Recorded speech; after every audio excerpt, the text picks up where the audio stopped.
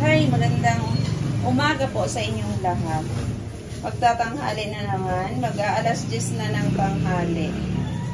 Bale, magluluto ako ngayon ng maliliit ito na yellow pin. Nakita ko to kahapon sa palengke pagbili ko, ganun lang siya. Ayan. Ito lang kaliliit siya. Piprituhin ko kasi kaming dalawa lang ng anak kong lalaki ngayon. Pero ako, ang kakainin ko paksiw. Paksiw na sa linyase. Yun talagang sinadya ko sa palengke. Kasi pagka umaga, mayroon mga sariwang isda. Gusto ko magpaksiw. Yun ang gusto ko na paksiwin na sa linyase. Tapos nakakita talaga ako. Matagal na ako nag-aabang niya na sa linyase. Hindi ako maka-tsempo-tsempo. Tapos ngayon, natsempohan ko tong sa linyase. Tapos may maliliit na yellow pen. Paborito kasi ito ni Rhea Prito. Pero ako, ang kakainin ko paksiw at saka may natira pang pritong talong kahapon. Tortang talong. Yun ang aking initin ko na lang yun. Tapos yun ang kakainin ko tsaka yung paksiw. Para hindi masayang ang ating niluto. Ganito lang ka-simple yung ating buhay. Ito lang yung ulam namin ngayon. Prito at saka paksiw. Itong prito para sa anak ko to. Pag may ano nito, pag may matira, gugulayan ko to mamayang hapon. Para yun ang hapunan namin. Ang bili ko nitong dalawang yellow pen na maliliit. Bali, 60 pesos. Kasi yung 1 kilo ang binili ko, 4 na peraso. Pari-parihas ang laki. Ayan. Alam nyo. Eto. Magluluto na nga ako ng sinain. Itong mga nakaraang araw, medyo mahina yung computer shop namin. Kasi lagi kaming sarado. At saka lagi akong late na nagbubukas kasi wala nga akong patulong. Yung iba, doon na sa iba naglalaro. Pero,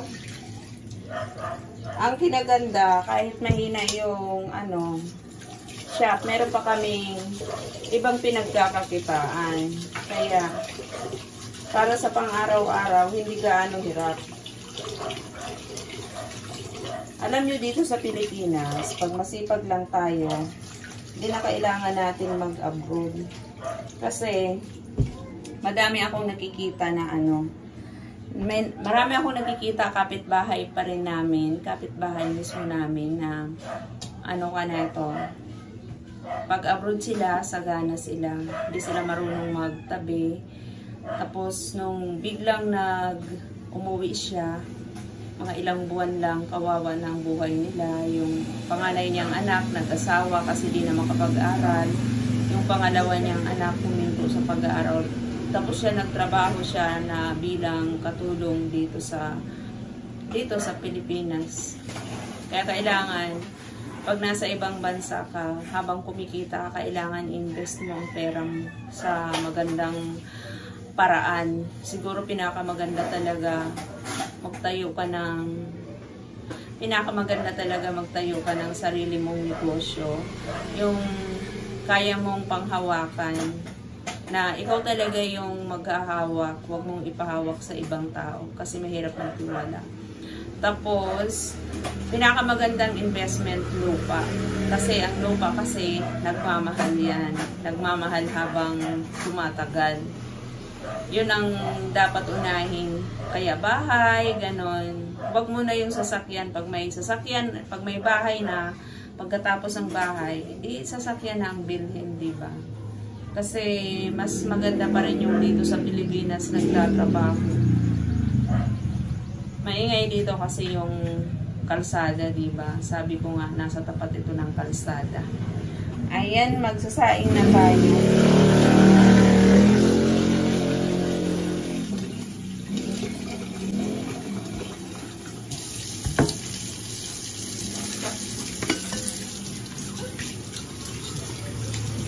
Hugasan muna natin yung pakit mo.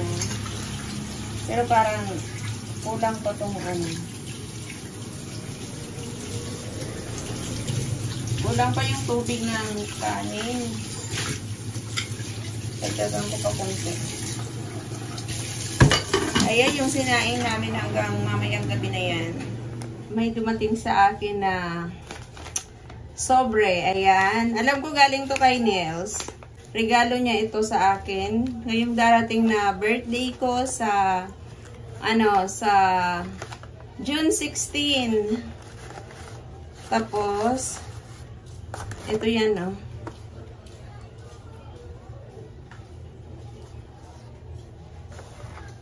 Ayan. Tingnan natin. Ay, ang cute. Ayan siya. 18K siya. Si Mama Mary, gustong gusto ko to. Ayan, oh.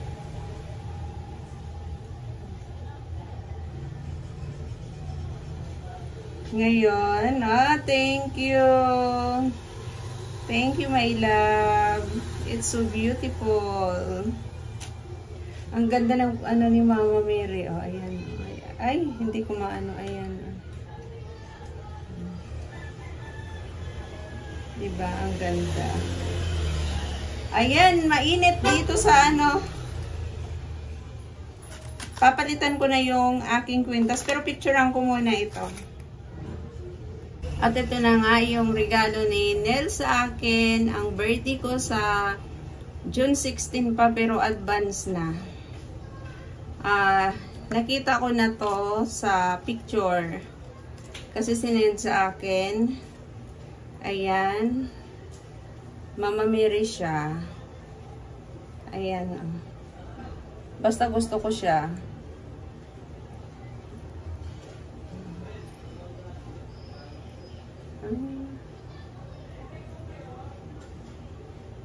Ayan.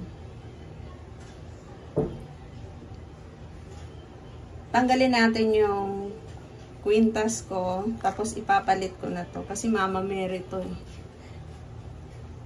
Eto, bigay din to sa akin ni Nels. Nung tagal na. Siguro mga 7 taon na ang nakaraan. Bali, pinagsama ko yung pendant. Itong pendant na to. Ito yung mapa ng nila, ng Greenland. Ang hugis ng mapa nila. Ganito. Tapos heart. Na putol kasi yung chin nito. Itong sa Greenland. Kaya sinama ko na lang dito. Ngayon, ang gagawin ko, ito na yung isusuot ko. Ayan. Ayan siya. Diba? Thank you so much, my love.